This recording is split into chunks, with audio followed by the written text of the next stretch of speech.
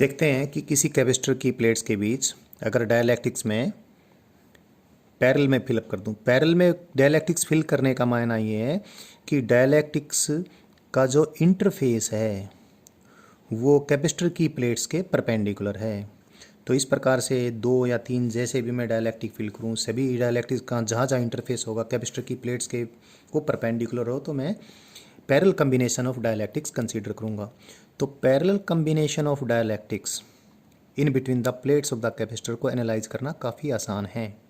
अब ये देखें, अगर मैं इस कैपेसिटर की प्लेट्स के बीच कोई पोटेंशियल डिफरेंस V अप्लाई करता हूँ,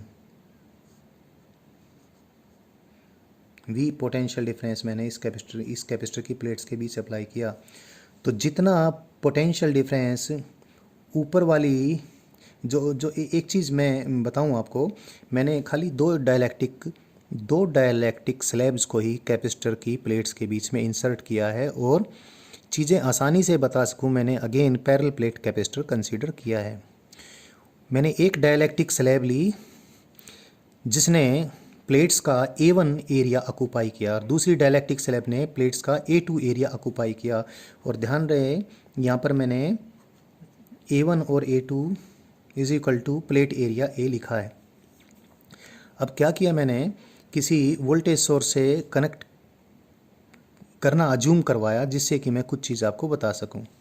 ये एक जो ऊपर वाला जो पार्ट है जिस डाइलेक्ट्रिक K1 के द्वारा ऑक्यूपाइड है, मैं अगर इसको यहाँ से काट दूं और यहाँ से भी इसको काट दूं और काट के वापस से वेल्डिंग कर दूं बाय कनेक्टिंग वायर्स, या फिर यूँ बोल दूं कि काट के वापस से कनेक्टिंग वायर से जोड़ दूं, तो आप देखें ऊपर एक कैपेसिटर बन गया जिसका प्लेट एरिया A1 है, जिसके क्रॉस पोटेंशियल डिफरेंस V है, और नीचे एक कैपेसिटर बन गया जिसका प्लेट एरिया A2 है और जिसके क्रॉस भी पोटेंशियल डिफरेंस V है।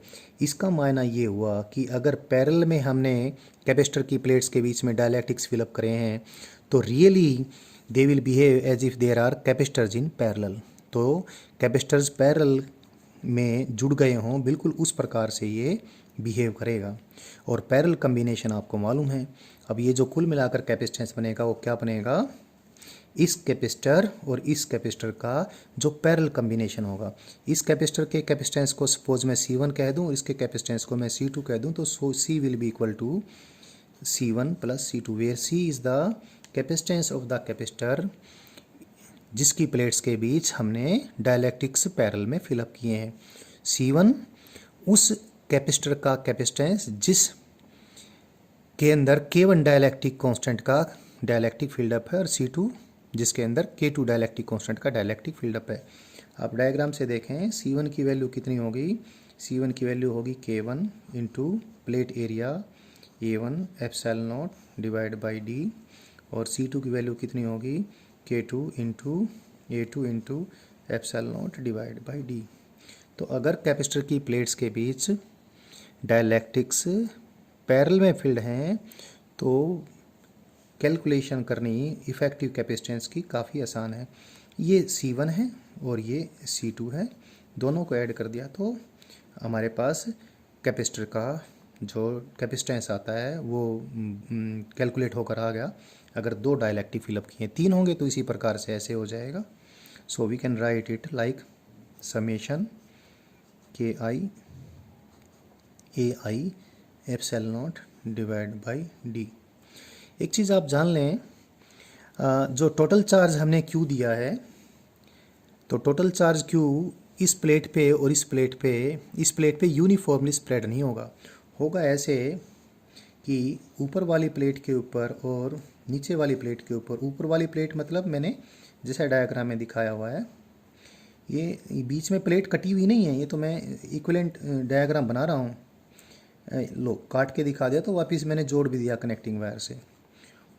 जो टोटल चार्ज Q है वो अब जब अलग अलग डाइलेक्ट्रिक्स फिलअप करेंगे, इसमें K1 और इसमें K2, तो पोलराइजेशन चार्ज की अपीयरेंस के कारण से चार्जेस अनइक्वली स्प्रेड हो जाएंगे। इस प्लेट के ऊपर चार्ज Q1 हो गया, इस प्लेट पे चार्ज Q2 हो गया।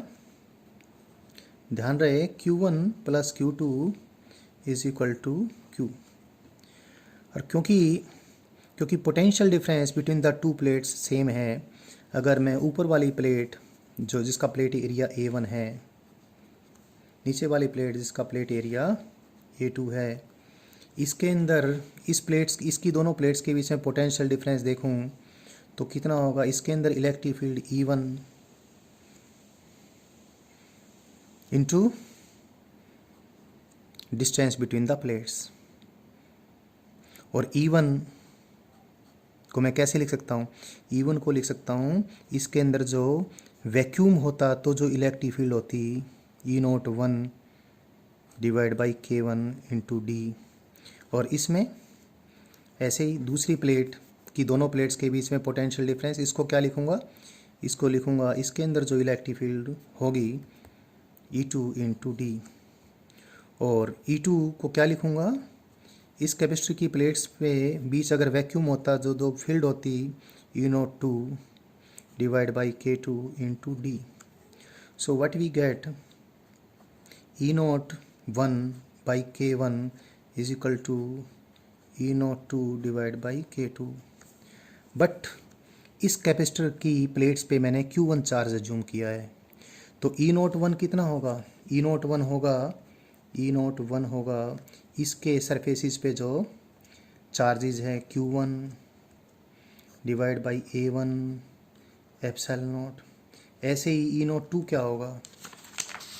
E02 होगा, या इसको मैं ऐसे भी लिख सकता हूँ, sigma 1 upon epsilon not.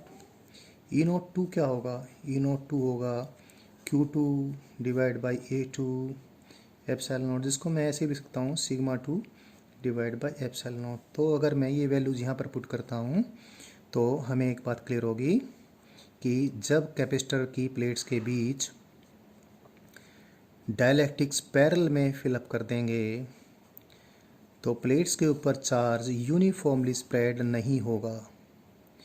Plates के ऊपर, एक प्लेट के ऊपर चार्ज कुछ होगा, दूसरी पे कुछ होगा। अगर 3 डाइलेक्ट्रिक्स हैं तो तीनों प्लेट के हम 3 हिस्से कर लेंगे और अलग अलग हिस्सों के ऊपर चार्ज अलग अलग तरीके से स्प्रेड होगा और चार्ज डेंसिटीज़ के बीच ये रिलेशनशिप हो गई। यानी अगर 3 डाइलेक्ट्रिक्स होते तो 3 डाइलेक्ट्रिक स्लैब होती तो ये इस प्रकार की रिलेशनशिप आ जाती। अगर सिग्मा 1 को मैं पुट करूँ कितना, Q1 इंटू A1, सिग्मा 2 को पुट करूँ सिग्मा 1 को पुट करूँ Q1 अपॉन A1, सिग्मा 2 को पुट करूँ Q2 अपॉन A2, तो मुझे Q1 और Q2 की value in terms of Q पता चल जाएगी। So that is about the dielectrics when they are filled in parallel in between the plates of capacitor. तो कितना कैपेसिटेंस बन जाएगा डाइलेक्ट्रिक्स फिलअप करने के बाद, ये मैंने आपको बता दिया। और ये भी बता दिया कि ऐसी स्थिति में कैपेसिटर की प्लेट्स के ऊपर चार्ज अब यूनिफॉर्मली स्प्रेड नहीं होगा, अलग अलग डाइलेक्ट्रिक्स वाले पोर्शंस के ऊपर चार्ज डेंसिटी अलग अलग होंगी और चार्ज डेंसिटीज के बीच इस प्रकार की रिलेशनशिप होगी।